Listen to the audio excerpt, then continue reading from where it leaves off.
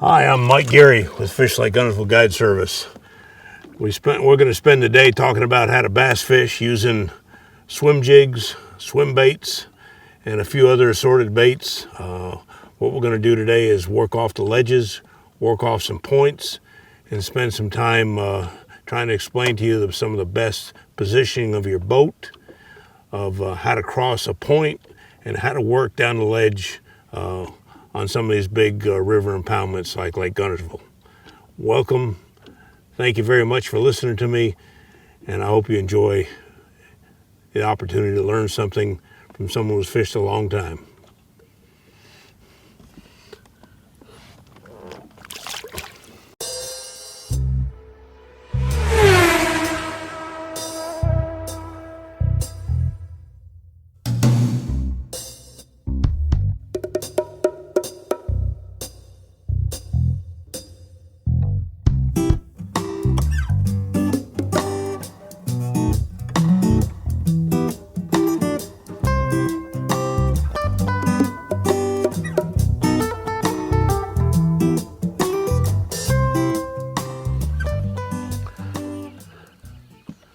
So what I'm trying to do, Seth, is we've got an anomaly with the lake here in June. We've got some real high water, and the lake is fishing a little bit different than it normally would right now. We should be on the ledges on the main river channel, and because of the high water, it's pushed the fish back more towards the banks and the edges. So what I'm looking for is long points where there's structure and grass underneath that the fish can feed on. And what we've got here is we got that perfect setup. You got a long point that comes out here. You've got fish that you'll see as we go through the day are schooling out in here, and we should be able to catch some fish pretty quickly out in this area. It's been good to me since they've raised the water. How deep of water are you in right here? We're sitting in about 9 foot. There's a hump as this point comes out here. The hump comes up to 5 to 7 to 8 feet, depending on where you are on it. And the fish are generally on top of the hump, and I'm fishing, pulling off the edge of it. Well, because of the high water, they're pulling, so the water's going south to the dam, and the fish they'll be pointed upriver, and they'll be looking for food on the end of the point. If they were filling it up and backing it up, it'd be the opposite. But right now they're pulling, so the fish are pointed upriver, and they're looking upriver into the deeper water for food. Bass position themselves around bait, and the bait generally position themselves where there's some kind of jetty or change in the structure and the current. And in this case, because you've got a point, the current is splitting as it pulls, and they're probably sitting right where it splits, because that's probably a kind of a dead spot in the current, and they're sitting right there looking to feed off that dead spot.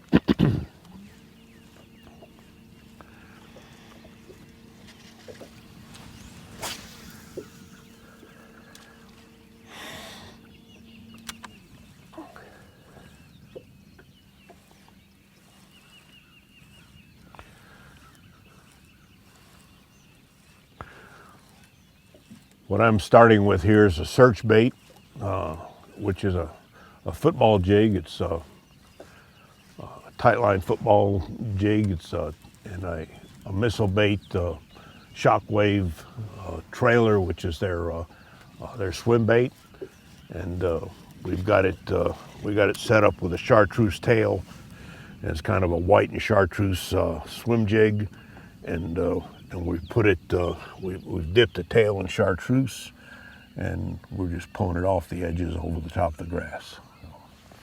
So the fish have been on the bottom, and so I'm starting with the knowledge that they ought to stay there, and I'm letting it drop to the bottom, and just kind of popping it over the grass, letting it drop again. One of the big advantages of a swim bait is you can fish it at different depths. In this case, I'm on the bottom, but you can fish it at 5 foot, 10 foot, 20 foot, and you can fish it through suspending fish, or you can fish it through fish that are on the bottom. So, you know, bass are pretty typical shallow fish.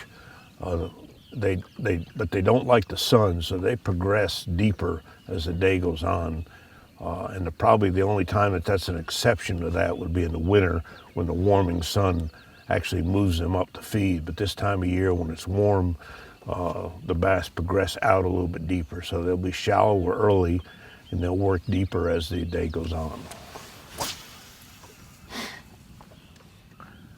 Not much topwater movement yet.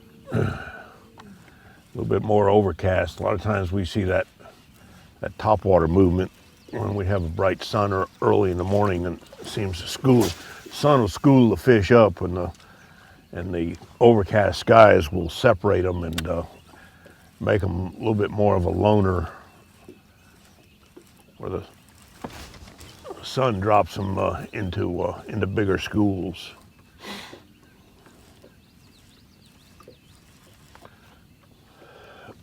Bass have typical patterns. It doesn't matter what river system you're on. So you know, if you're serious about fishing, you do a little research. You understand where the drops are, where the high spots are, how the current moves from the lake from north to south, or depending on how the river runs. And you know, with a little bit of research, you can find these areas. You certainly don't have to be out here as much as I am to find them. But locating bass isn't any different on this lake it would be in 30 others. You know, structure in this case holds fish, and on this lake is grass. Some lakes it's stumps.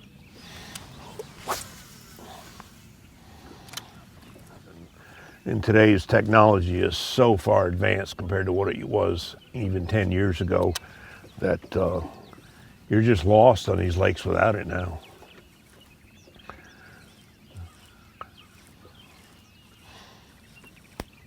Nothing hidden anymore. If you know how to use your electronics and look at your map, you can certainly find anything that I can show you on these lakes. The advantage of using a guide on a lake like this is it brings you faster to the areas. You don't have to do the research yourself, but certainly anybody can find fish on a lake like this. The way I have it set up here, I'm reading a map, but yes, you can actually see fish on these latest technology. Lowrance has a part of their technology is called structure scan, and structure scan actually not only reveals the structure on the bottom, but it reveals the fish. And and if you follow your technology and use it enough, you learn to determine the different types of fish as they appear on your screens. Bass have certain ways that they position themselves. Stripers have ways they position themselves. Crappie have ways they position themselves. So you can tell the difference of a fish just by being able to scan it over the top of it, see how they're positioned. If they're positioned in way, you know, let's call it in certain way A, and you find them in bass, you can go to other areas and look for the same positioning and the same type of way they lay on the bottom, and determine what kind of fish they are. So it's not difficult. It just takes a little bit of time reading your electronics and understand what you're seeing. You know, the old-timey flashers, which started many years ago in the early 80s, you know, that they were great at showing drops, and if you understood them, you could see where, you know, pretty good schools of fish were. But the technology today is so far advanced, from not only from the GPS perspective, but from the view you get on the bottom. Oh my God, I broke off. I didn't retie. I made my own fatal mistake.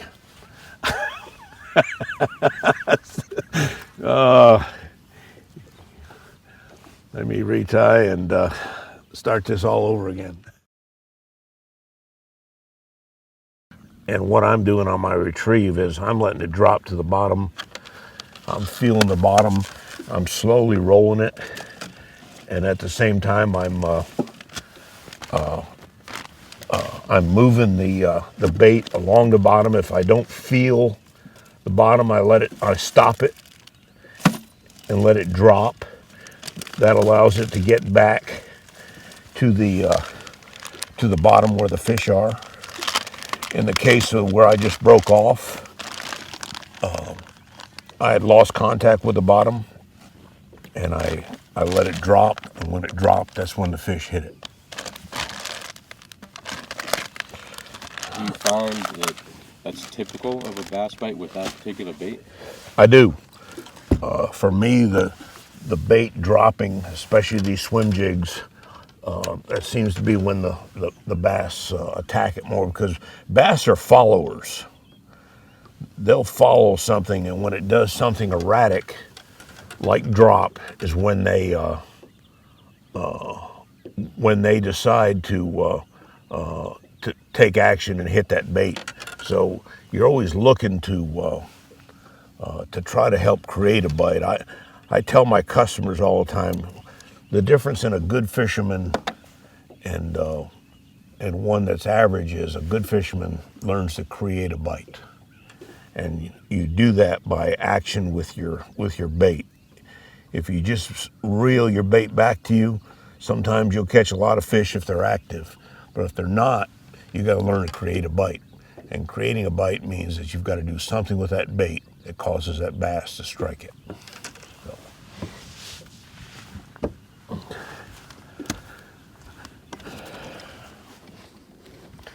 All right, we've retied. Let's hope we can avoid a second one of these.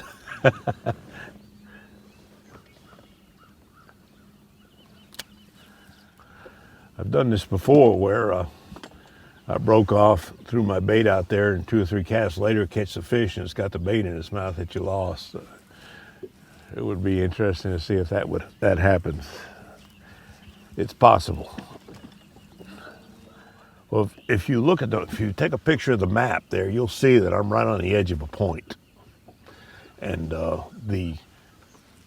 I'm looking for these fish to be off the edge where they can feed, as I said earlier, facing into the north because they're pulling to the south.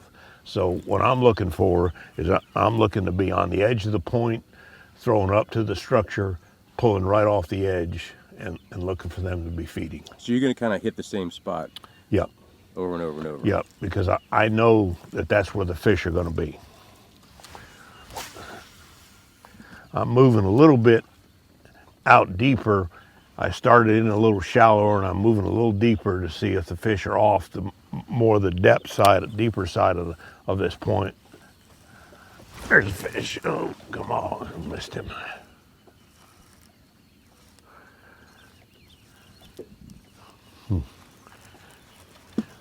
They're not eating yet. They're just playing.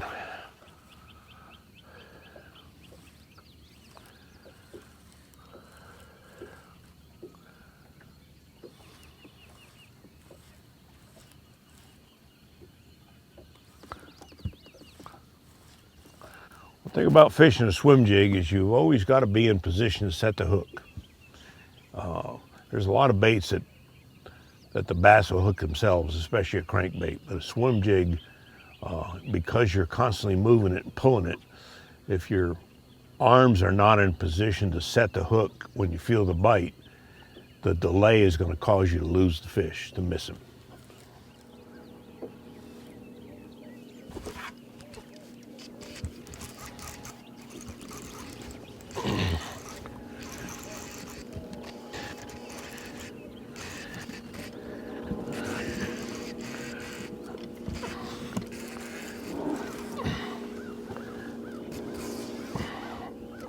It's a good fish.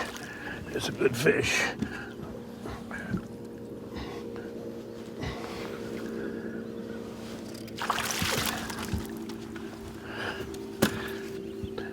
That's what people come to Guntersville for. That's what they call me for, catch fish like that.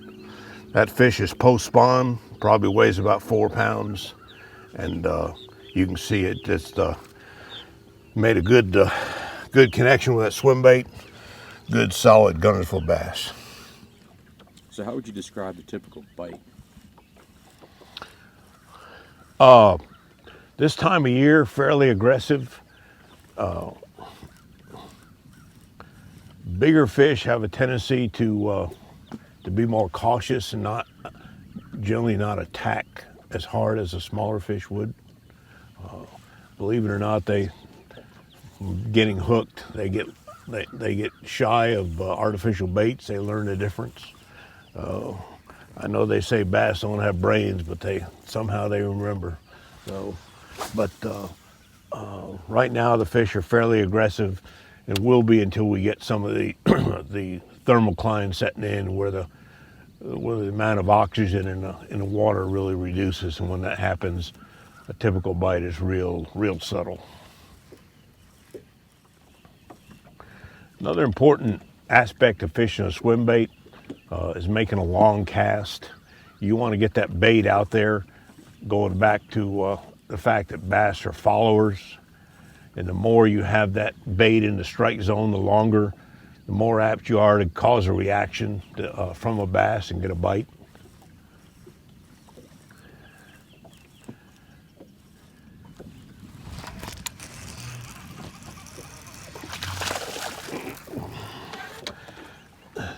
That fish hit me coming at me, and I didn't catch up to him with the hook set. Small fish, a lot more aggressive than that big one was, but I was pulling that bait and he knocked it forward and hit it. Common mistakes that you see people make when you're fishing a swim bait like this? Not being in position to set the hook. That's probably the biggest. There's a bite.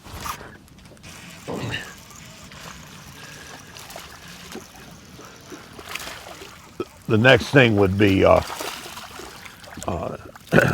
not letting it get to the bottom, because in this lake where there's so much grass and structure, the fish are going to be either in the holes of the grass or right over the edges of it, and you've got to get it to the bottom where you're getting it in their face. So you're kind of holding that rod like 90 degrees to your retrieve. Yeah, I'm for your position though. The reason is I work a bait with my wrist. A lot of people work a bait with the tip. I work it with my wrist. And because of that, I want to be in position to move the bait with my wrist.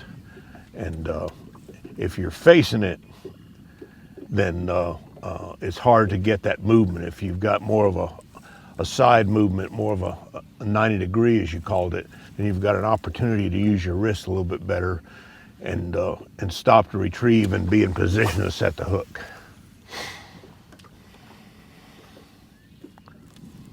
What's your biggest fish out of here?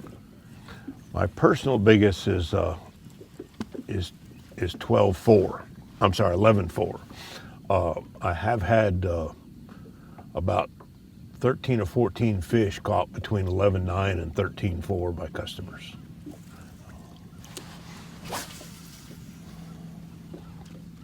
The lake record here in Guntersville is 14.8, and that was set in 1991. I don't think you'll ever see it broke out here because there's so many fishermen now. The bass just don't live that long. You know, they get caught too many times, I think. The best time of year for big fish is generally February and March. The ideal time of year for numbers is generally middle March through April. And the most pleasant time of year is generally May through June because of the weather. And not only because it's warmer, but because it's more stable. You know, one of the biggest issues here in North Alabama is we have a lot of tornadoes and we get a lot of storm fronts through. And you could come to this lake in February and be 30 degrees one day and 70 the next. So it really changes the dynamics of the lake. Oh, I fish 12 months a year. You just, for me, I limit the amount of time out here to early morning or late afternoon. Try to stick with 4-hour trips so that, you know, you're really not beating your head against all that heat, and do a lot more topwater fishing. Look for schooling bass more. Your bigger fish are generally not going to feed much in the summer.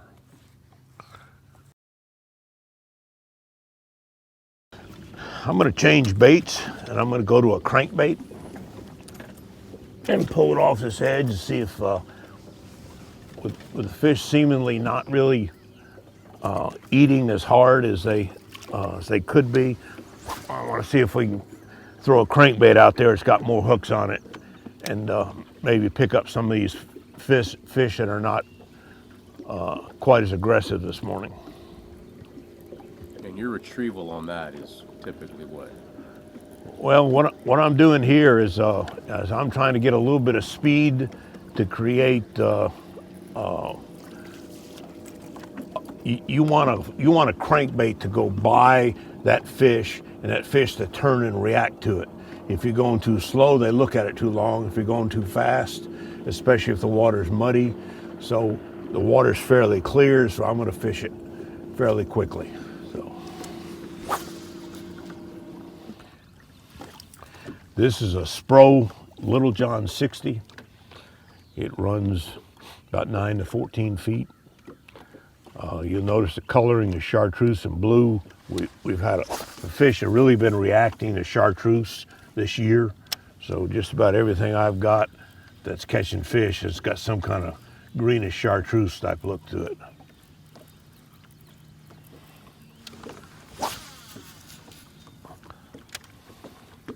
Again, with a crankbait, you've got to make a long cast. You've got to get that fish in the strike zone for as long as possible. You want bass to follow it and react to it. If you don't get it out there far enough, they won't have time to react to it.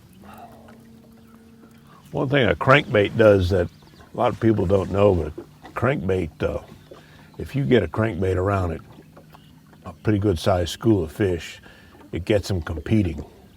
And I've seen times where you can take a little crankbait and catch 2, sometimes 3 fish on one retrieve. So it's amazing how they'll compete for that bait. How long you stick with a bait before you decide to change if you're not getting action? Probably the 2 most difficult things for any fisherman to do is knowing when to change baits and knowing when to move. And I don't know if there is an answer to that. I think it's a sense of feel. It's a sense of you know, they're not here, they're not going to bite. And I've seen times when you have so much confidence in a spot, especially in a tournament, that you'll sit and wait for the fish to come to your spot. Especially in today's tournaments, because there's so many boats on the water. You know, you have to get out there and get your spot, and if you're real confident that the fish are going to show up on that spot, then a lot of times you got to stay there till they do. So there's a lot of things that come into it, but it's the toughest decision a fisherman makes every day: when to leave, when to stay, and what bait to throw. Angles on any bass fishing location are very important. So when you're positioning a boat, the first thing you got to understand is what structure you're throwing to. If you're throwing to a long point like we are now, the first thing I want to do is I want to come over the structure. So I'm going to position myself where I can touch the point, the edge of the point, and pull over the top of it. If that doesn't work, then I start working myself around the point, and that's what we're doing right now, to see if the fish are positioned differently than I anticipated. But most of the time, the angle which the bait crosses in front of the fish has a lot to do with whether or not they'll react. And if you're crossing them in the wrong position, they don't react to it. So you've got to be in the right position. And I've seen times when in an area you can be throwing at a 45-degree angle, not get a bite, turn right back around, and cross them in a different angle, and all of a sudden they're biting. So it's real important. So you got to spend some time to really work an area and kind of dissect it to figure out what's going on. You do. If you believe they're there, you've got to spend some time to understand, how they position themselves. If you don't do that, and you could leave the area before you find the fish. Like the first thing I did to pull up to this point is I pulled up to cross it at the end of it. Now. We caught a few fish, but they really weren't there in a nucleus. So I'm working myself around, and I'm going to start crossing it from the other side, and looking to see if maybe they're up a little shallower. With the sun not very strong, sometimes that tells you they're not quite as deep. So there's a lot of thought process that goes into, how do you fish that area? The best way I know to tell people to do it is start where you think they're going to be, and then work yourself a 360 around it until you figure out the angle. One of the things that I do with people a lot when we're not catching fish is I ask them what they have confidence in. I think bass fishing is no different than any other sport. If you're confident in doing something, you're gonna believe in it, and you're gonna put more mental discipline into doing what you're doing. So a confidence bait is always important. And when fishing's tough, the first thing I ask people is, what's your confidence bait? And I try to change them to that if they're not getting bites, because that gives them the ability to mentally deal with the tough condition. Bass don't like the bright sun. So they seem to gather around each other more in the sunlight because they can protect each other from the sunlight. In the overcast skies, they seem to travel farther, and they do more searching on their own individually than they do in the bright sun, because the sun just kind of drives them together as a gathering so that they can protect themselves from the sunlight. And how does that directly impact what you do with your fishing? Well, it definitely changes where you fish. Again, it's time of year driven, but a lot of times bass fishermen, especially when it's colder, they're gonna wait for that sunlight to come out, because they know when they find fish, they're gonna find groups of them. So it gives you a tendency to stay in an area longer. But when in the winter, if it's overcast, you got to keep moving more, because the fish are going to be scattered, and your bites are going to be one here and one there. That's a bigger point. So you've got that over there that comes out a good quarter to a half a mile from the end here, where this comes out 100 yards. So I believe, and I like the smaller points, because when you find the fish, they're generally more concentrated. Where on a longer point like that goes out a half a mile, they could be anywhere on them. Water level. There's fish.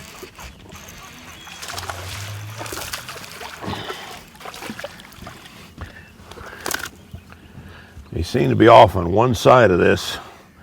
The only bites we've had have been on this western end of this hump.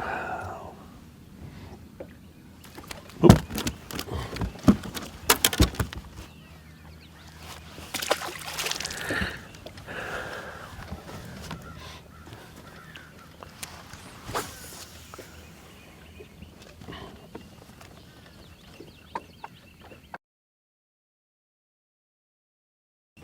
It is a lake in respect to it's it's an impoundment lake where it's backed up with dams. But it is a river system that has just been backed up into, I mean, all this was farmland before they backed it up.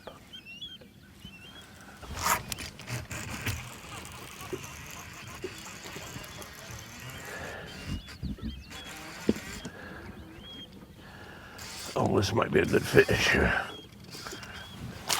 Oh God, this is a good one. That's what I'm talking about. They're coming alive now. That's why you come to Guntersville. That's why you fish with me.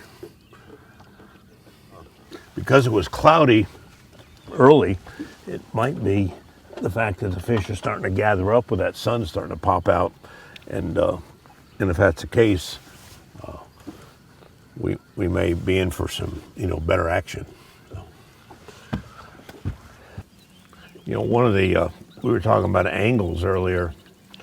One of the latest technologies that's come out in the last couple of years, this trolling motor by Minn Kota has a feature on it called Spot Lock, which allows you through a GPS, which it has an antenna, to lock yourself on a spot. So where your power poles won't go down to the deeper water and lock you down, the GPS on the trolling motor will keep you on that spot.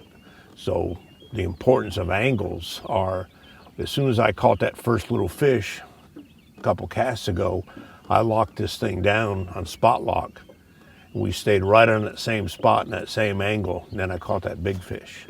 So important feature, important to the angles, and a good way to stay on a location where there's fish feeding.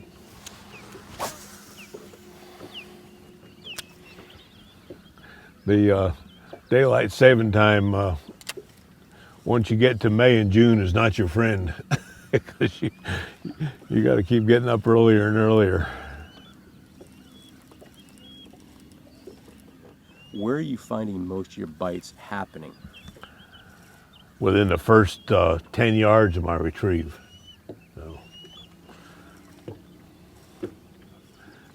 Generally, the way the rod companies operate is they have some of the BASS fishermen help them design rods for certain types of presentations. In the case of Boyd Duckett, he's a BASS fisherman himself, so his initial rod designs were his design based on his experience. Since then, he's solicited Pete Pond's,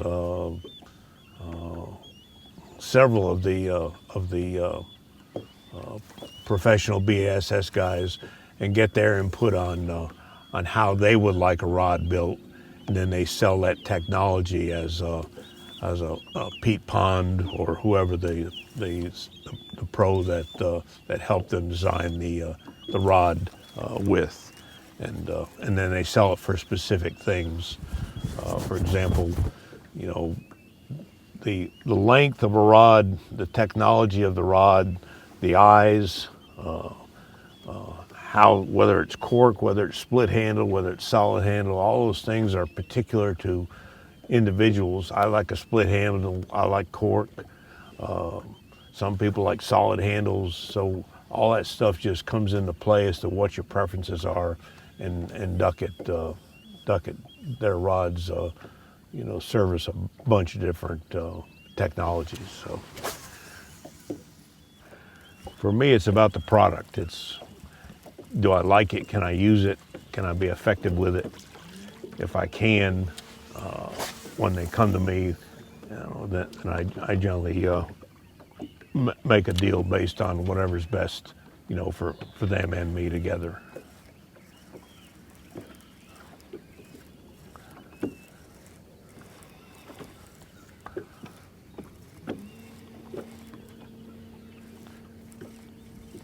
Look at that big tree floating. That's a whole island, isn't it? Huh? Yeah, is that a tree or is that an island? It's like a piece of, like a iceberg made out of. I'm telling you. Earthberg.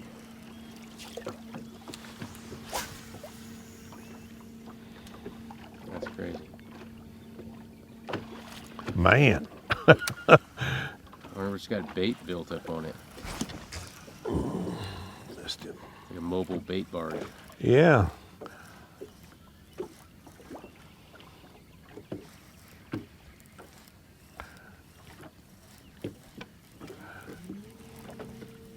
Now, do you ever get, I mean, you got a shot, I mean, you got a strike there with that particular bait. Do you find that you'll get one strike per retrieve, or you get two Oh, or no. three? Sometimes if they're aggressive, you know, if one of the fish, you miss one, you stop it, another one will hit it, or the same fish will come back to it. So not necessarily. Just stick with the retrieve? Yeah, you just stick with it. Sometimes after I get a bite, I'll stop it and let it sit for a couple seconds just to see if the fish will come back to it. But yeah, you stick with what you're doing until you're sure you're out of the strike zone. I got hit. Let it go.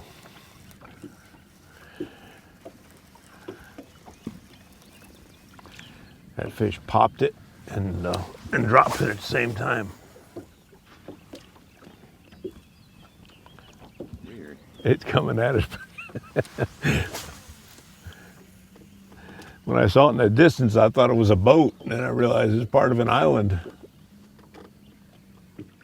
When the catfish are spawning, they'll hit a lot of these bass rigs because they'll be protecting their beds, you know. And we'll catch a lot of them in the April, mid-May time frame.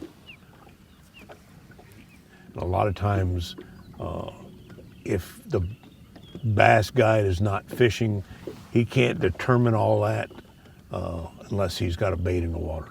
So.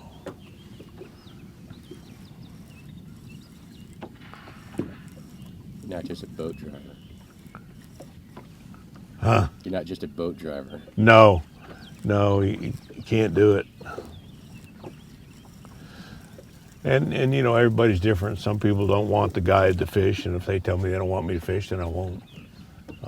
But I just believe I make better decisions if I'm fishing.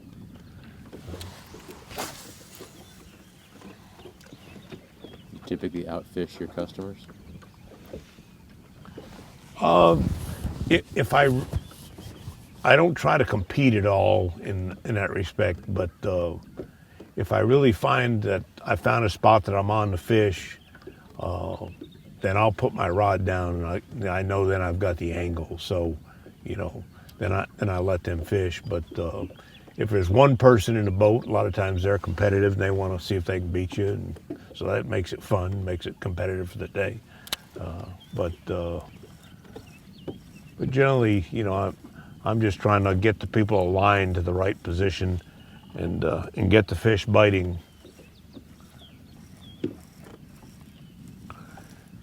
You get bass competing, you can catch a lot of bass.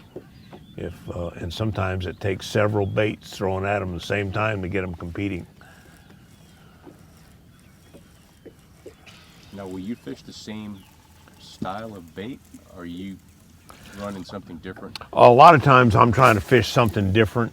If I know they're biting, say a worm, for example, then I'll throw a swim bait to see if you know, that maybe the customer has got the wrong bait or they quit biting what I thought they would. So I'll try to fish something different just to see if the bite has changed. And then sometimes I'm fishing the same thing. A lot of customers like to, especially if there's just one person in the boat with you, they like to compete and they like to see how you work the bait that they're fishing. So a lot of people like to learn from, you know, what does the guide do? How does he work the bait? How does he present it? Does he let it drop? Does he speed reel it? Does he slow it down? So,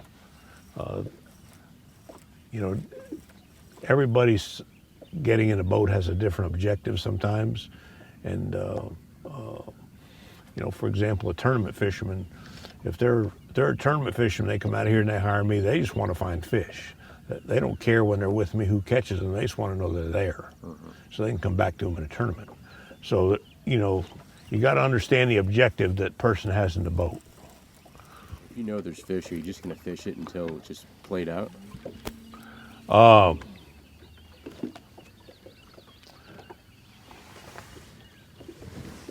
Probably the best way to answer that would be is if, depending on the type of customer I've got. If I've got a customer I know that wants to come back to this spot the next day and fish, then I'm not going to come back to it. So that could be the reason for a tournament. It could be the fact the guy brought a boat and he wants to fish 3 or 4 days on his own. He wanted to hire a guide to find some fish, then go back and fish them.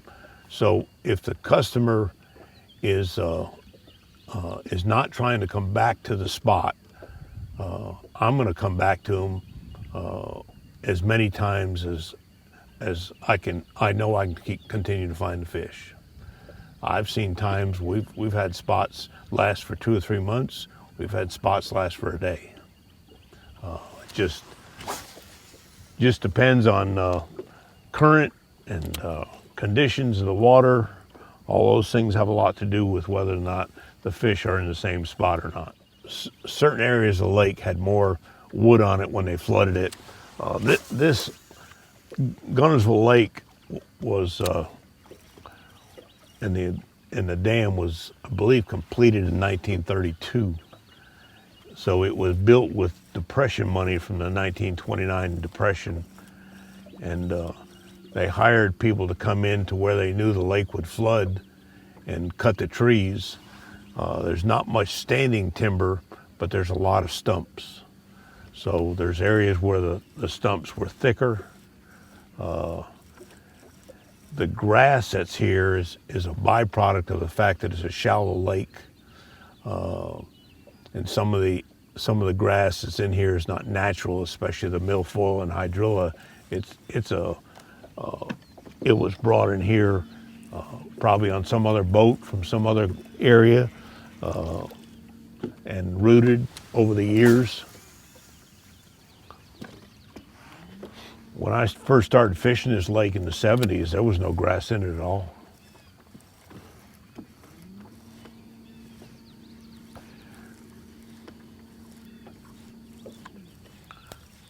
What was your go-to bait in the 70s? Worm.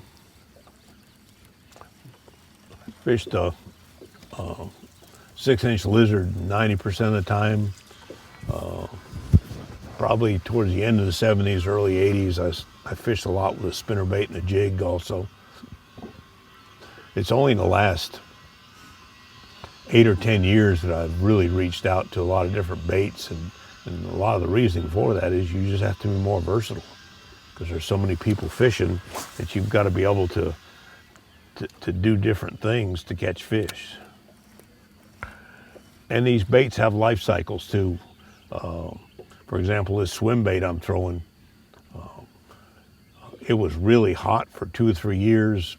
The last couple of years it's been slow, but this year it's picked back up, and it's been one of my favorite baits in these periods where it's turned on for about 5 or 6 years. You think that's based on what the fish are foraging on, or just well, the fish get tired of seeing the same I thing think over they and over see and over? too many of them, and they realize that it's not something they're going to bite, and they start turning away from it. And I think after a while, the life cycle of that bait dies down, and when it does, the fish quit biting it. Now, there's been some exceptions to that, and the plastic worm is one of them. Plastic worm has never died. That bite has been here forever. Well, let's try another area. Let's see if we can't. Fish aren't here as strong as they were yesterday, so let's try another location and see if we can't find another group of fish. I do want to point out one thing to you on the map if you want to take a picture of it. If you want to, I'll show you right here. I don't know if you can see it or not, but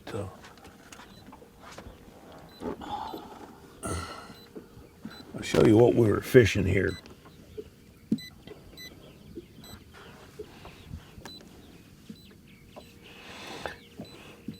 All right, so we were fishing a point right here. I'm sorry, right here. See, there's the boat, the little triangle shape. And there's my waypoint there. What I did is I approached these fish from this angle, working right in here, from this point to here, and that's where the fish were. And when I found the point, when I found the fish, I locked myself on my spot and threw across it and pulled across it. And most of the bites I got were from the south side of the point, throwing across over here to the east and pulling across the point, with the north being the tip end of it. So I'm gonna fish myself around to where the island used to be. And there's good grass on it, and it comes to a couple good points, and see if these fish have progressed and worked themselves out towards the deeper water more. So that flooded timber is the ex-island? Yeah, this area in here, about 150 yards around, actually had trees and was an island like those out here. So there's stumps up here, a lot of hard bottom where the trees were. Somebody's marked a stump over there with that stick, but I'm moving pretty quickly because I'm covering ground, trying to see if there's a depth the fish are on or an angle that they're on. And I'm moving around this sunken island here. Yeah, the amount of oxygen when the water warms up really depletes, and it takes current to create oxygen. A lot of lakes go through what they call a thermocline, where there's an area of dead space where there's no oxygen, and the fish generally are below it or above it. The thermocline really slows down the bite. And then things like rain, afternoon rains, runoff at bridges from the road, any kind of water hitting the surface creates oxygen. In this lake, the grass holds oxygen, so as the lake gets thicker with grass as the year goes on, there's more oxygen created in the thick grass than there is in the open water. So the fish here, once we get to the real hot part of the year, the July, August timeframe, moves into the grass because there's more oxygen there. High pressure really changes what the fish do, especially in the summertime. And today we're right in the beginning of a high pressure system, and this north wind may be part of the reason the fishing's a little slower today than it was yesterday. What's your ideal wind conditions? South. The south wind generally creates more of a bite than the north wind, because generally when there's a south wind on this lake anyways, it means there's a low pressure system moving in. So. You like to catch that on the fall or the rise? Of the pressure you're talking about? Yeah. Generally before the low pressure, as it starts to move in, is when the fishing is best. Fishing is always best. The worse the weather, the better the fishing. Just like hunting. You know, the deer hunting, the deer move more during the low pressure, and the bass feed more during the low pressure. So some of the best days I've ever had out here is when it's raining or snowing, or the day you don't want to be out here is generally the time the fishing's the best. A shallow lake like this one, which has a lot of offshore high spots and structure that can't be seen unless you know how to read your technology. So, you take some of the other rivers, the other impoundments on the Tennessee River, some of them are so deep that all you can do is bang the banks, because that's where the structure is. So I think a lot of it has to do with the depth of the lake. If it's a shallow lake, you're going to see more offshore fishing like this.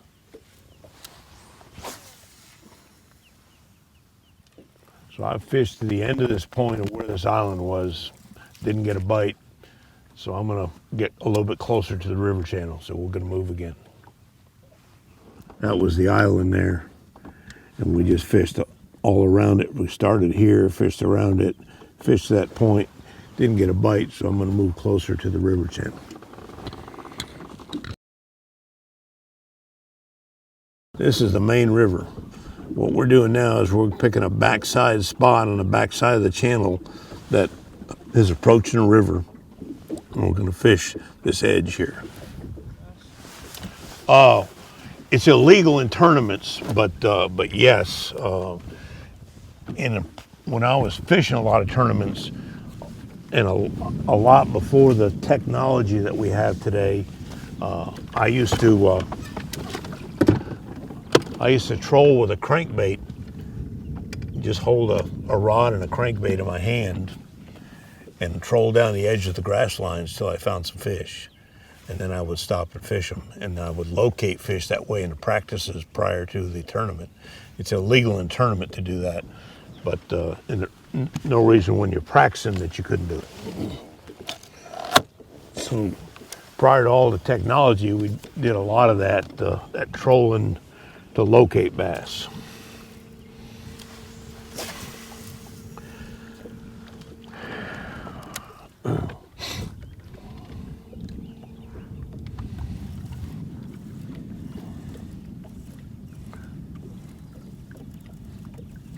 So you're casting more towards the channel and bring it back in? Yeah, I'm fishing. This is the left is the deep side. This is the back side of the channel here. So I'm throwing up with the deep to my back. You always like to go shallower to deeper? No, not necessarily, but that's the way the fish have been positioned lately. This is a medium heavy tip, and it's Duckett's micro guide technology. You see how small the eyelets are? The whole design, but behind that is that the more wobble you take out of the line, the better the cast, the longer the cast you'll get. So where a lot of people have the bigger eyelets, Duckett's whole philosophy is the small eyelet will reduce the wobble in the line and give you a longer cast.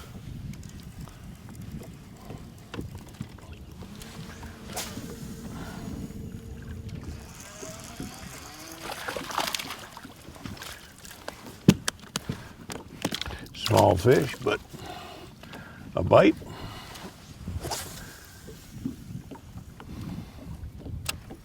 He followed that and hit me right at the boat.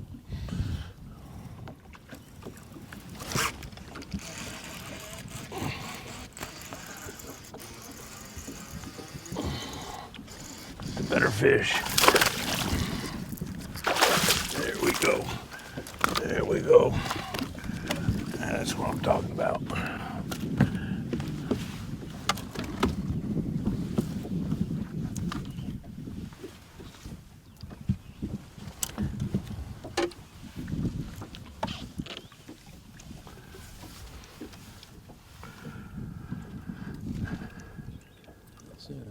Been caught there, been caught there, been caught there. They say that about 70% of these bass get caught and put back in this lake. That's why fish and release, catch and release is so important here.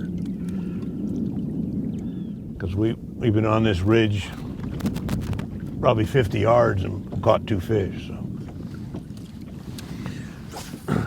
Why do you think that is? Well, I think they may be slowing down the pull, the current pull. The bait is just not strong enough to stay out in the current when they're pulling 100,000 cubic feet per second. And that's what they've been averaging, somewhere between 80 and 110,000 cubic feet per second the last 3 or 4 days. because of all this rain we've had above us, trying to get the impoundments above us down to normal level.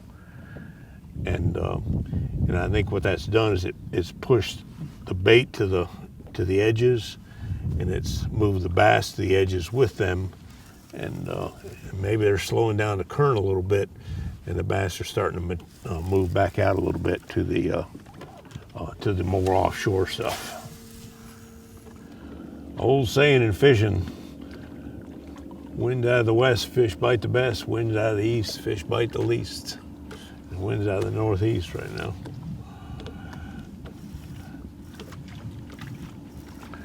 All let's do is high and low pressures.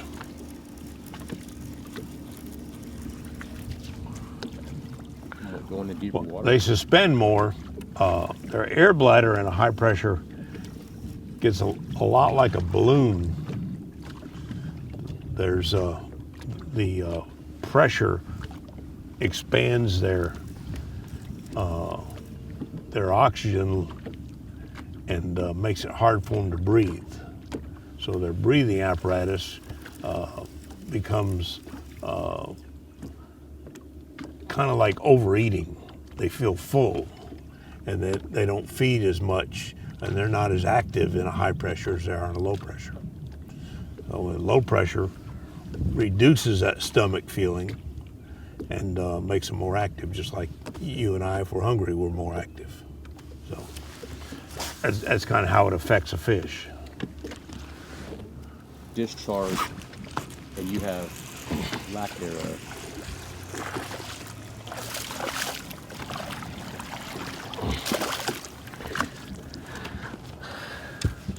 Small fish, but he ate it pretty good. See, he got it down in there pretty good for a small fish. So obviously that one's feeding a little stronger than some of them we caught that have been more on the outer edge.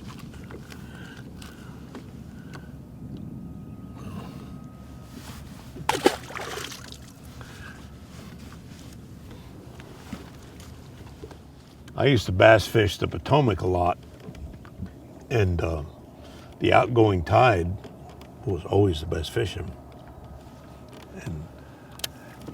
And it's similar to the current here, except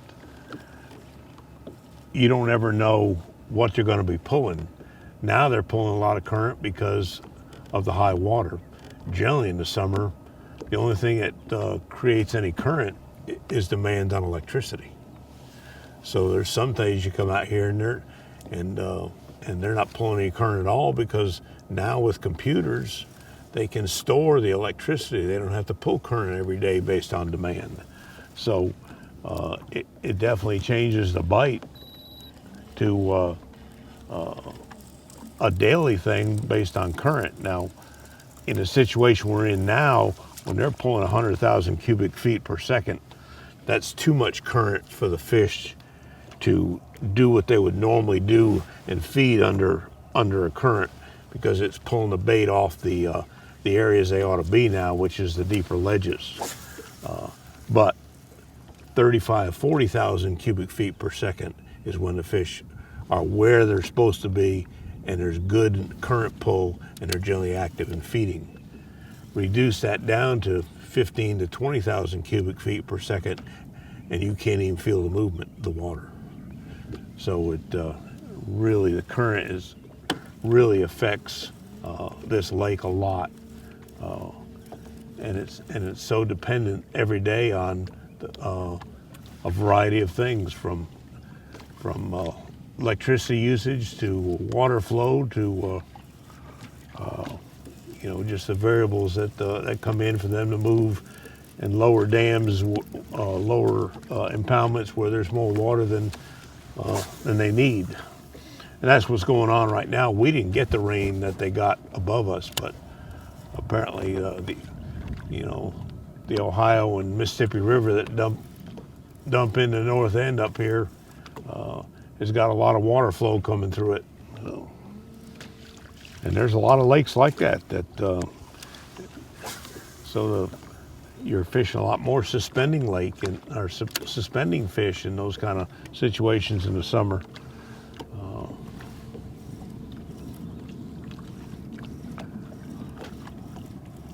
One thing that's really different about Guntersville, in the fall, most lakes go through what's called turnover. This lake very rarely has turnover because there's generally current running through. We get some, and there's a bit of a dead period, but lakes that don't have current, the turnover is just really detrimental. It can just about ruin the bite for a month. You can't catch a fish. What happens is the water on top becomes heavier than the water on the bottom. And when that happens, the lake goes through turnover, and that generally hot water is heavier than cold water.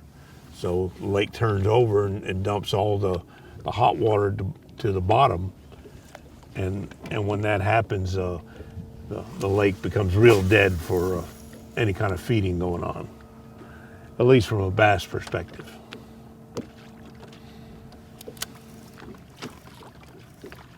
What you've got is, I've got this map set, so about 7 feet of water up is in the darker green and blue. Everything deeper than 7 feet becomes lighter green or white.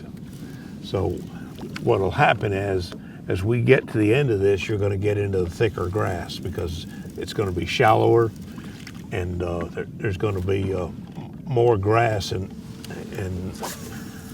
when that happens, you've got to make some decisions on how you fish it.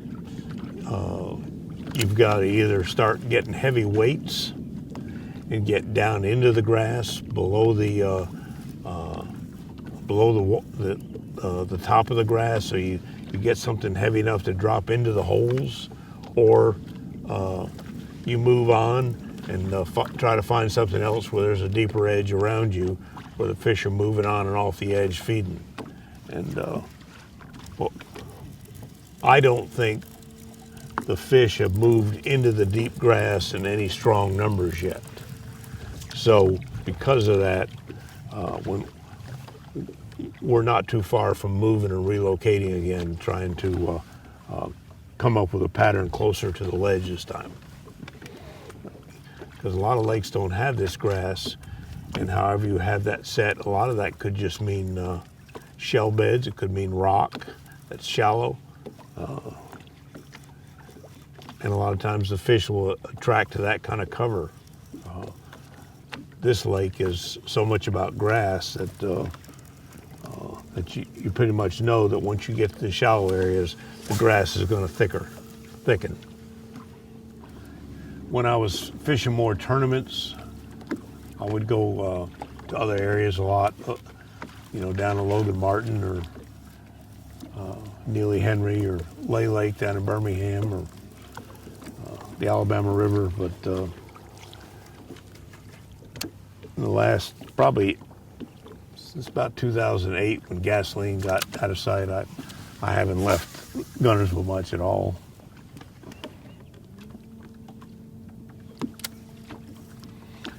But there's so much water here, you can go to a different end and just about get a whole different type of lake.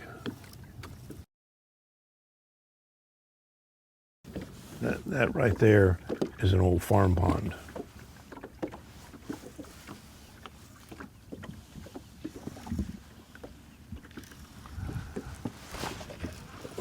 Missed him.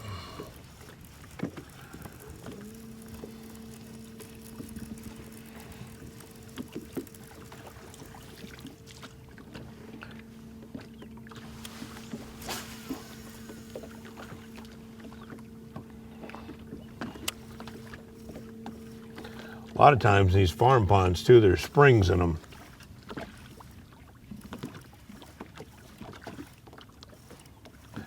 A natural spring this time of year, when the water's just warm, creating some cool water coming out. A lot of times will hold a lot of fish. So.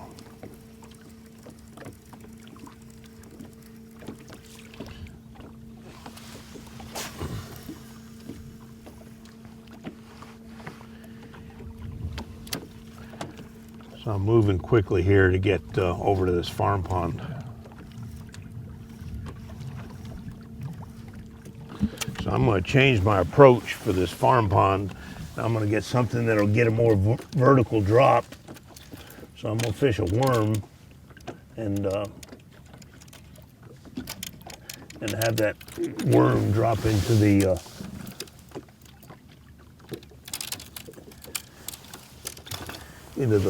deeper part of the. So it's just a little. Need to retie it. It's just a little 5-inch stick bait. It's made by Missile Baits. It's called their 48, which is Tom Cruise's version of a Cinco. Cinco became a well-known bait for years around here, and this is John Cruise's version of a Cinco. He calls it the 48. It's a stick bait. Retie it because it's probably been a while since I tied it.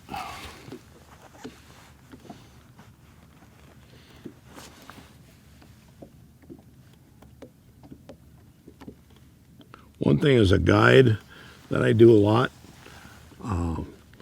I tie what's called a uniknot, which is quick and tight and effective. It just you wrap it around your finger, make 3 loops on it, put it back through. It tightens when it gets. Whoops! I missed the hole. It tightens when it gets pressure on it.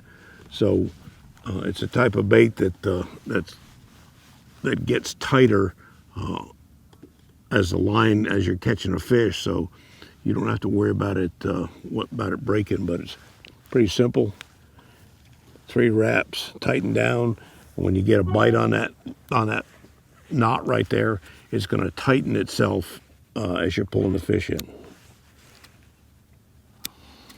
Tell me a little bit about that hook placement, how you have it set up in there. It looks like you have barely the hook coming just off the tip. The worm's kind of beat up, it's a little old, but yes, all I'm doing is, I've got a hook that has a deep U in it with a little place to hold the worm. So you put the worm through, get it to that little flat spot on top. You bring the worm through and kind of drop it on the skin and the edge of it. This worm probably won't last but a bite before I'll have to change it. But let's see if we can't get a bite on it. And I'll put a new one on it because it probably won't last long. The whole idea of worm fishing is getting a good vertical drop, and if you put your weight, your Texas rig weight on it with your hook, and get a good straight line on it from the top to the bottom, you'll get a good vertical drop out of it.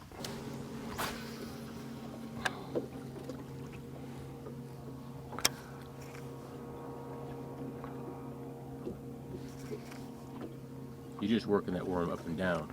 Yep, just trying to let it drop into that pond. Picking it up, letting it drop straight down.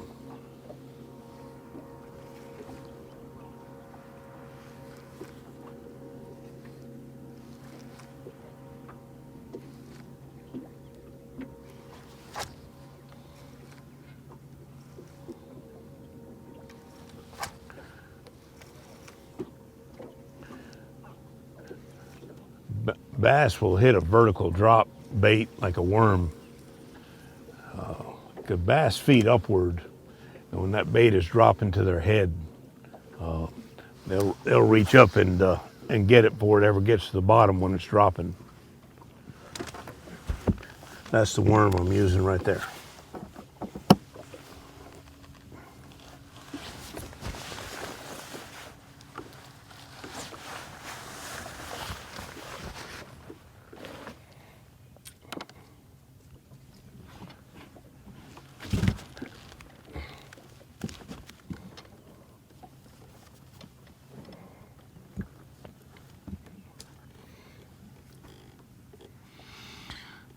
So this one will have the way you put a worm on a hook.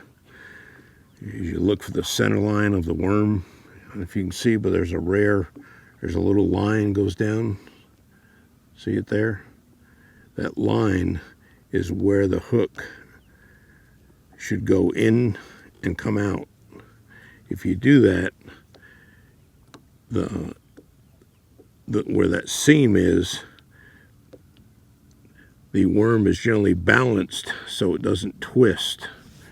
A lot of people don't realize this, but if that worm spins when it's dropping, it generally won't strike it. It has to fall naturally.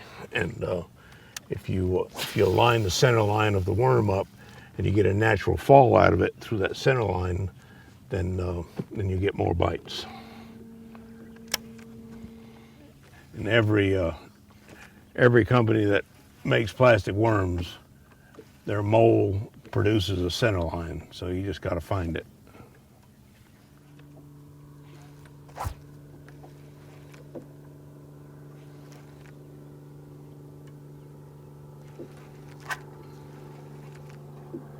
Are you getting bites when you do that? No. It's getting caught in the grass. Snatching it out. So what I'm doing is I'm ripping it out of there and trying to create a bite by that quick movement. Which side of that is going to hold the fish? My experience would say it's going to be on the deeper side, which would be facing closer to the main channel, which is where we're just about fishing now. Up current side. Right.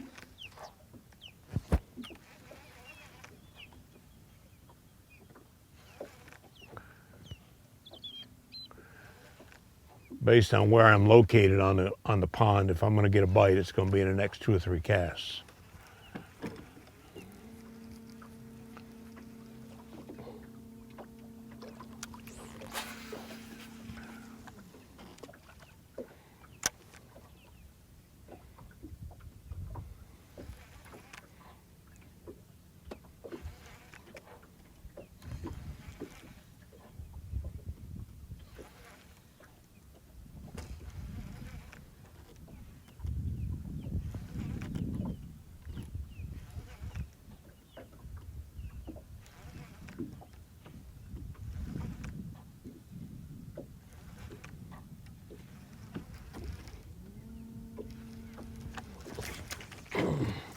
I just got bit right there at the boat.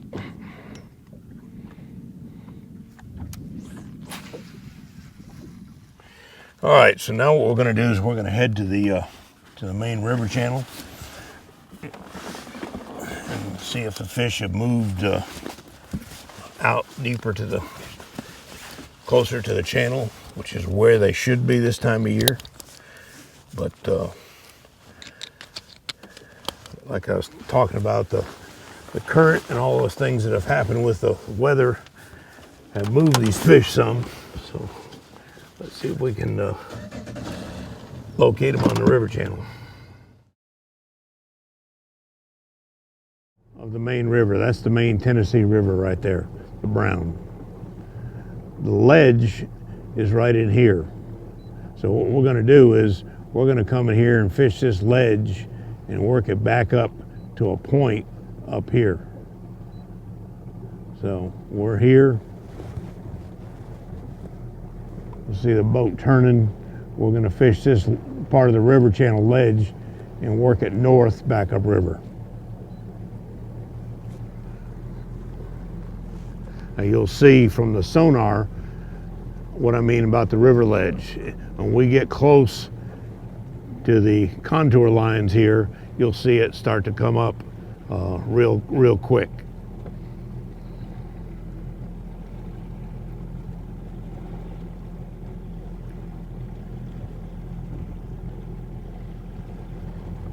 You'll see it start to come upward.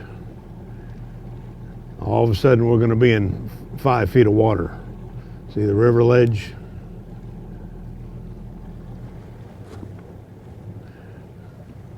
Now we're in 6 feet of water on top of the river ledge. That's how quickly it comes up.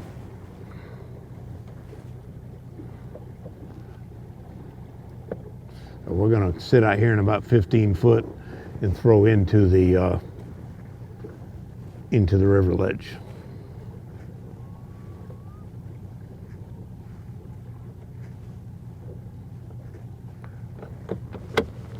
The current's going to be stronger on top, but I'm fishing the top of it, thinking that the fish will be looking for food sources up along as the drop down the ledge. There's a bite right there, and it was doing exactly what I was thinking. That bait dropped off the ledge from about 5 foot to 7 foot, and when it dropped off the ledge, that fish hit the bait.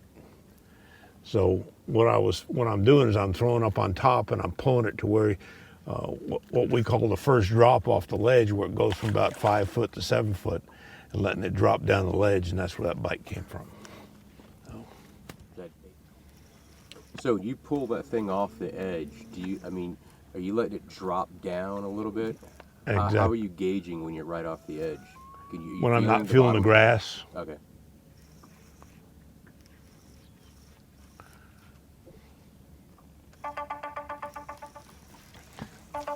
The sense of feel is very important to bass fishing because you're fishing so much structure.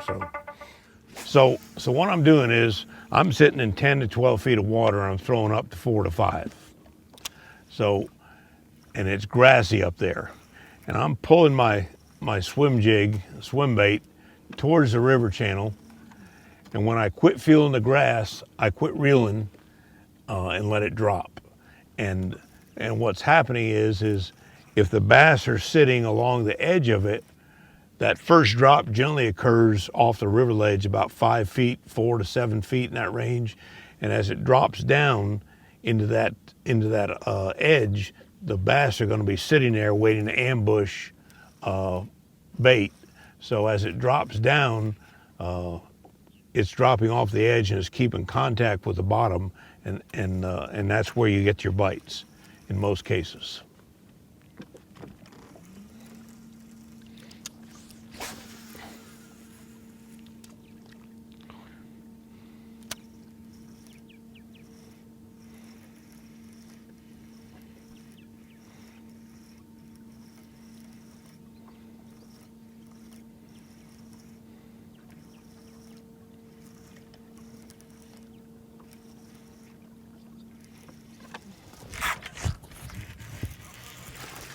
Was a good fish. He was right on that drop. That's a good fish.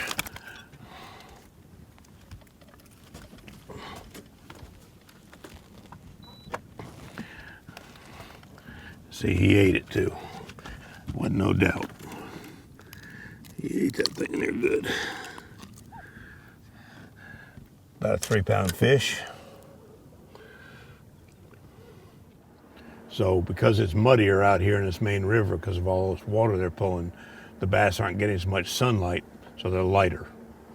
So a lot of that has to do with the exposed sunlight in the area that they're staying at. But bass do not move a lot.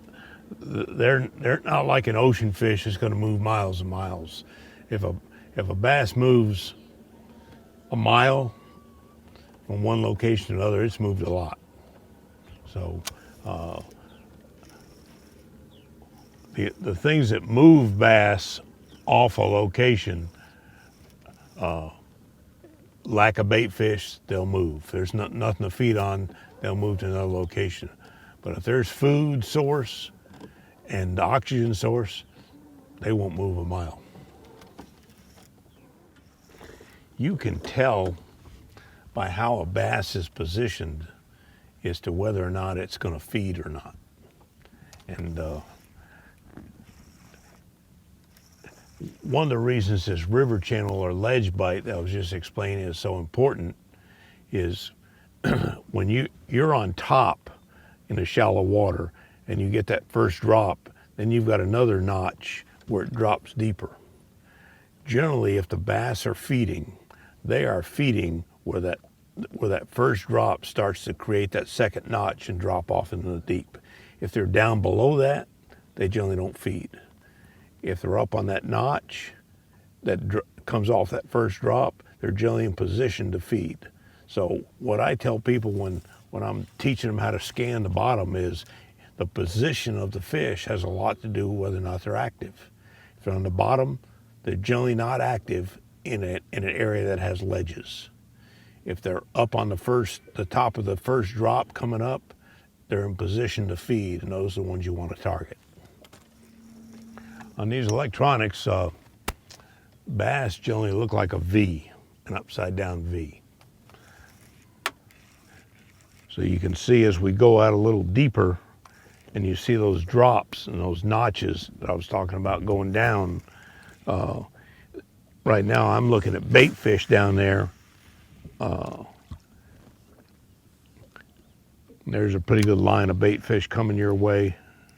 And below the bait fish on the bottom, there's some bass. Oh man, I missed a monster. I'm telling you, that was a 7-pound fish. That fish was coming to me. All of a sudden I couldn't feel any weight, and I didn't get it tight enough to him to get him stuck good. That was a big fish.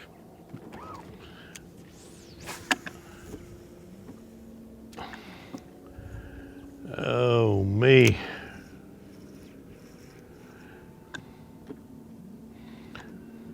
They're hard to feel sometimes when they pick it up and come at you. There's a high spot right in here. I'm going to move into the ledge and work around the edge of the high spot. So it's probably 3 foot on top and a slight drop to 5 or 6 foot around the edge of it.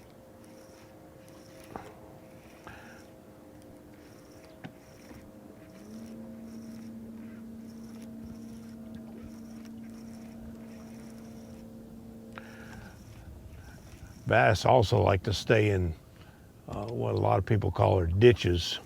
And when you have a high spot like this one coming here, you got a ditch around it. That ditch might only be a foot drop, but that ditch will, those fish will sit in that ditch and feed upward around the edge of the high spot. I know a lot of people believe that especially worm fishing, that they need to give the fish time to, eat the bait better. But my belief is that a bass in a lake as high pressured as this one, if they feel you, they're going to drop that bait. So as soon as you feel them, you better set that hook. So that I try to completely eliminate any time delay between feeling a bite and setting the hook. I don't want to give them a chance to feel me and get off. I'm going to try another technique, another way to fish these ledges. So what I'm going to do is I'm going to take a crankbait and I'm going to parallel the edge of the ledge. So I'm going to throw out and work it down the edge of the ledge. So I'm going to try to keep contact with that first drop that I was talking about.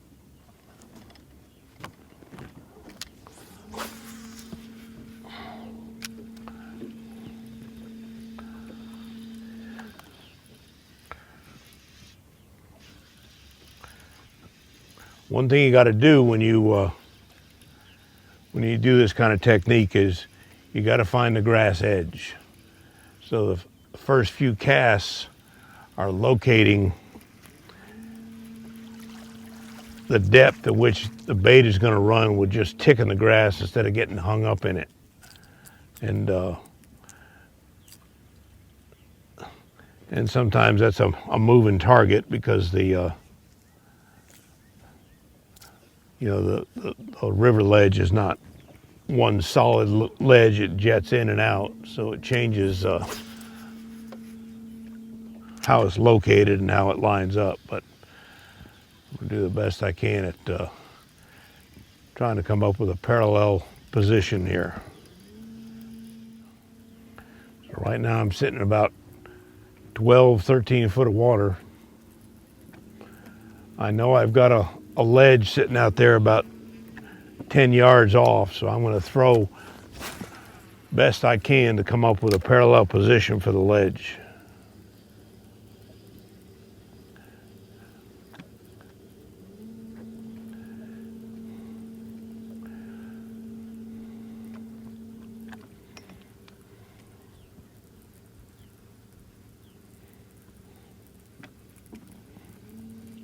This way of fishing the ledges is tough to do with customers in the boat because not everybody can get a position on it. But when you're fishing by yourself or fishing a tournament, it's a good way to get in position to catch fish and keep yourself along the edge of the ledge. So I'm going to go back to working the ledge on the top, bringing it back down to the first drop.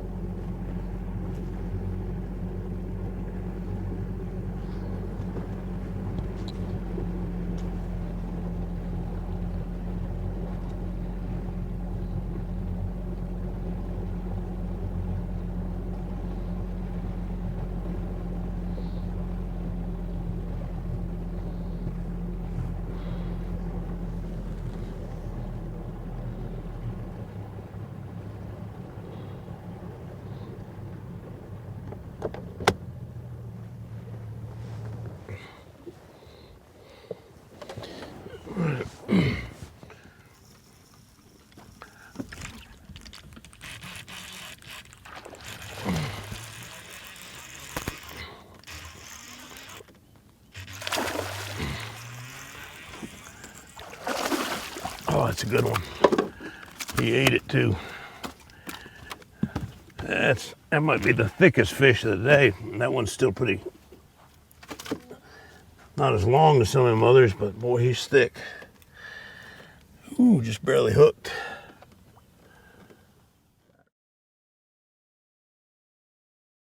I always start out fishing the deep side to the shallow structure. Doesn't mean always fish are going to always be positioned that way, but when they're feeding, most fish move up to feed and move down to rest as such. So I get out 2 to 3 foot in depth off the high point of the structure I'm feeding. In the case of a ledge, it could be 10 feet difference in depth, and throw up to the structure. So the boat position is trying to get where you can cross the structure and pull it down the ledge or down the hump or down the point. So that's where I start from. Many times bass are positioned on a point, on a drop coming off a ledge. So the bass will sit in reference to a structure. They'll sit on top, they'll sit off a point, or they'll sit off the first drop. And what I do is I position myself out, throw up, work from the top to the point to the first drop with a bait. And that's generally how I position myself. If I don't find the bite, then a lot of times I'll start looking to see what's different. Why are they not in that position? So sometimes I'll scan around the edge of the hump to see if they're positioned differently. Sometimes I'll just work myself up to the top and pull up the hump and fish from the deep up into the shallow. And sometimes when there's bass just broke over there. Sometimes when there's bait fish hanging off the edges, and the current's maybe in a different position, they'll be looking away and they'll be under that first drop. So if you get on top of the hump, throw out and pull up it, you'll be pulling right into their face. So that's generally how I position the boat. Right. So the two baits we used today was a swim jig with a swim bait on it and a crankbait. The swim jig takes more thought process to use than the crankbait, because basically a crankbait is you just reel it to some degree. There's a little bit more to it than that, but basically you just reel it. But when you're fishing a swim jig, the unique thing about a swim bait is you can fish it at different depths. You can fish it at 5 foot, 10 foot, if you go heavy enough, 15 foot, 20 foot. And if the bottom is at 6 foot, you want to stay above it at 3 foot, you can do that. So what I was doing today was I was positioning myself out in 8 or 9 foot of water, throwing up to the top, and I wanted to keep in contact with the bottom because I knew the bites were in the grass. So what I would do is I would work that bait down that grass point or grass hump and keep in contact with it. When I didn't feel the bottom, I would stop the bait and let it filter itself down. Two things happen when you do that. One is if the bass are following, which they normally do, as soon as you stop that bait and it starts to drop, they're going to react to it and bite it. The other thing is that once you get to the bottom and you're in the grass, you can twitch it in the grass and make it dodge and dart one way or the other. And that's when I use my wrist and I'll pop it and it'll dart in different positions. Both those become reactionary to bass, and that's why I fish it that way. And that's where the sweet spot is, when it's either falling or you're twitching it. Bass fishing is no different than hunting or any other outdoor activity where you're trying to kill something or catch something. The best fishing or the best hunting is in the worst conditions. That means you got low pressure, or you got rain, or you got wind, and all those things help create a bite. Today the conditions we had was we had overcast skies, we had a breeze out of the northeast, and what we were trying to do is we were trying to get the fish to bite in a scenario where they normally don't feed in, on this lake anyways, and that's the northeast wind. Generally they'll feed when the wind's out of the south, southwest, or the west.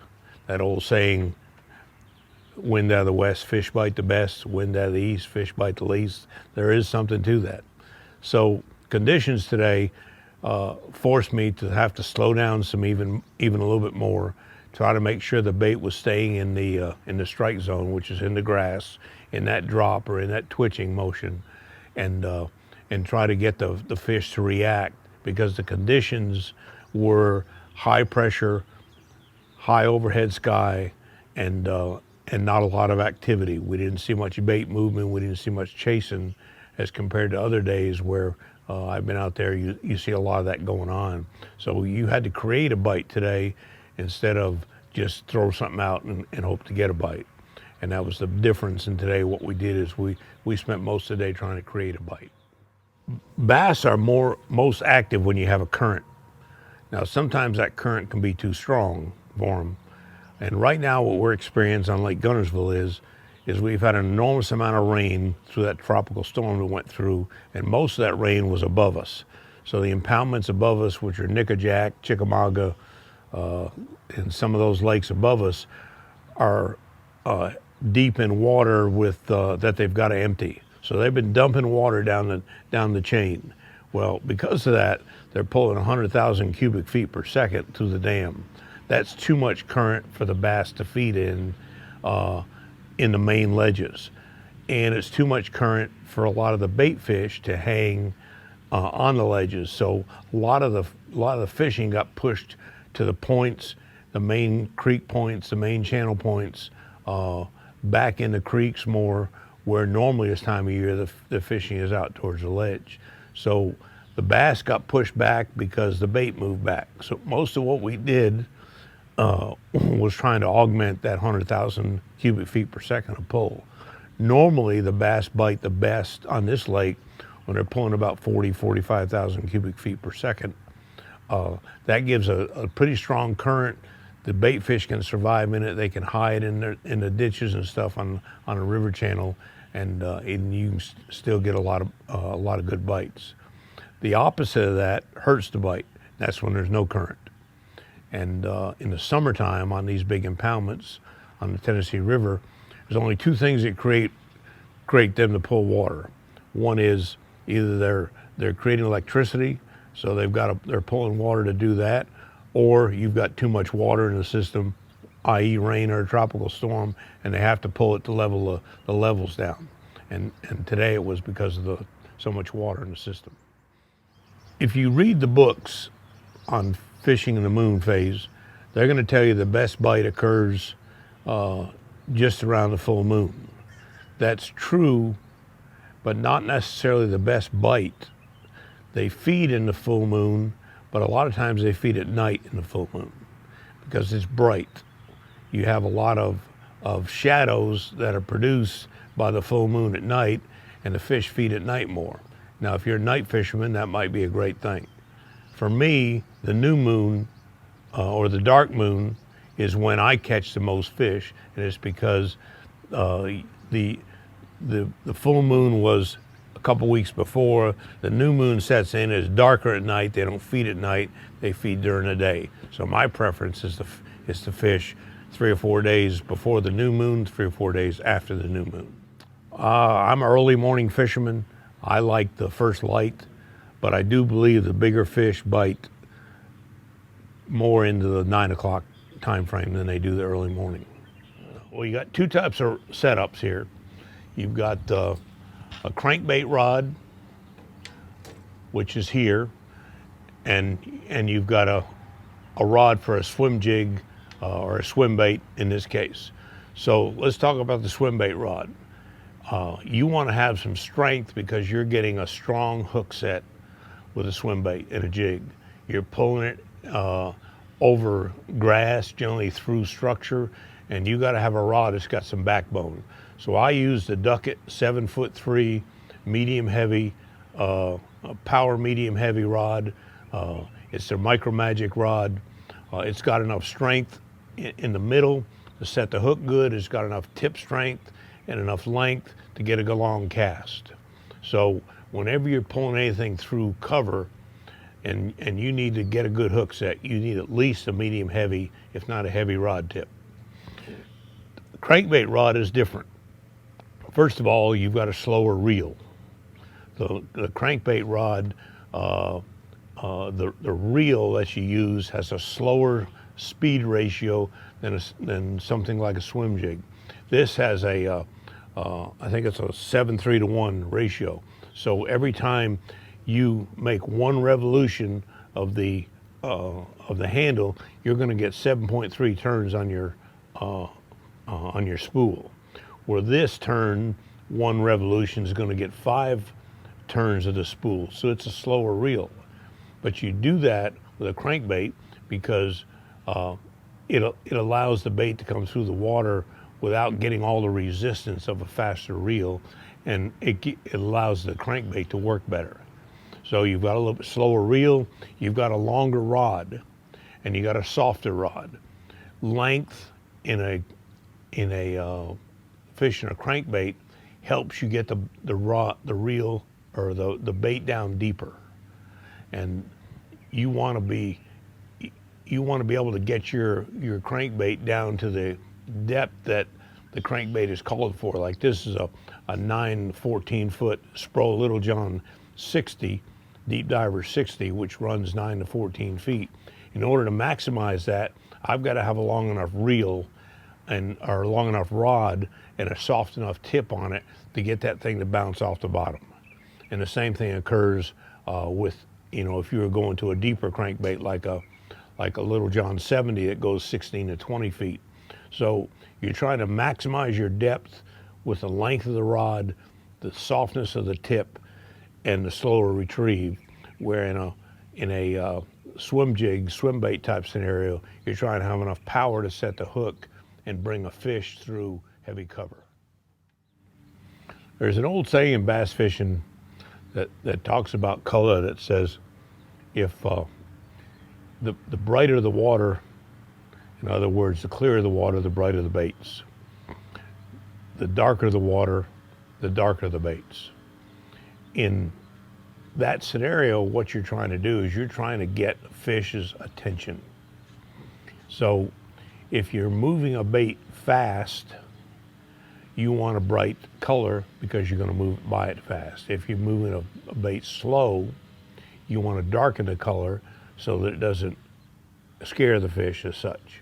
So in water like we have today, which is a typical stain here on Lake Guntersville, I'm trying to move the bait fairly slow, but I want them to see it.